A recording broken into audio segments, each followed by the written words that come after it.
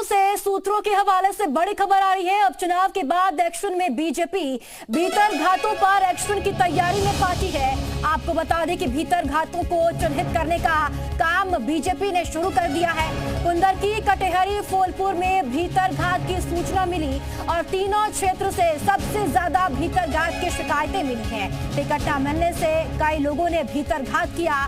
मंझवा, कटेहरी, कुंदरकी और सीसामऊ पर प्रत्याशी तो घोषित होने के बाद से इसकी शिकायत मिलने लगी थी। इसे रोकने के लिए पार्टी के नेताओं ने पूरी कोशिश भी की, फिर भी कई सीटों पर अपनों के ही मुखाफलत सामने आई है। तो सूत्रों के हवाले से बड़ी खबर मिल रही है, जहां बीजेपी में भीतर घात को लेकर अब चिन्हित करने का काम शुरू कर दिया है। उपचुनाव के बाद बीजेपी एक्शन में आ रही है। और चलिए ऐसी खबर पर ज्यादा जानकारी के साथ तुषार श्रीवास्तव मेरे सहयोगी ज्यादा जानकारी के लिए जुड़ चुके हैं।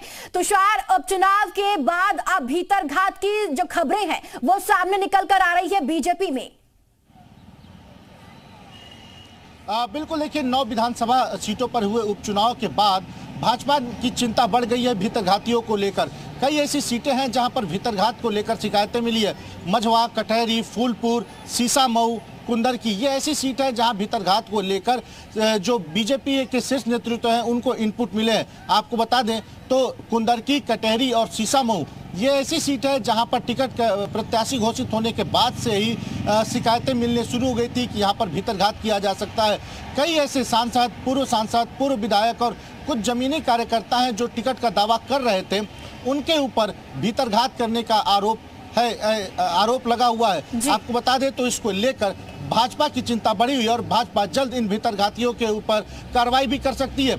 मझवा ऐसी सीट है जहां पर प्रत्याशी घोषित होने के बाद से ही बीजेपी के शीर्ष नेतृत्व को इनपुट मिलना शुरू हो गया था कि यहां पर कुछ लोग भीतरघात कर रहे हैं। ऐसे में भारतीय जनता पार्टी ने पूरी कोशिश की है कि भीतरघातियों से निपटा जाए और चुनाव में भी भरसक कोशिश किया है भारतीय जनता पार्टी ने कि वहां से जीत दर्ज कर सके और इन भीतरघातियों को मुंहतोड़ जवाब भी दिया जा सके।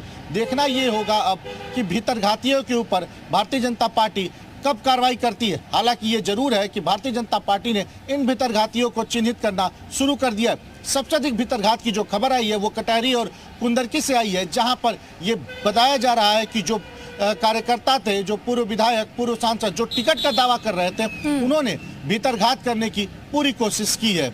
चलिए ठीक है तुषार, बहुत शुक्रिया आपका जानकारी साझा करने के लिए।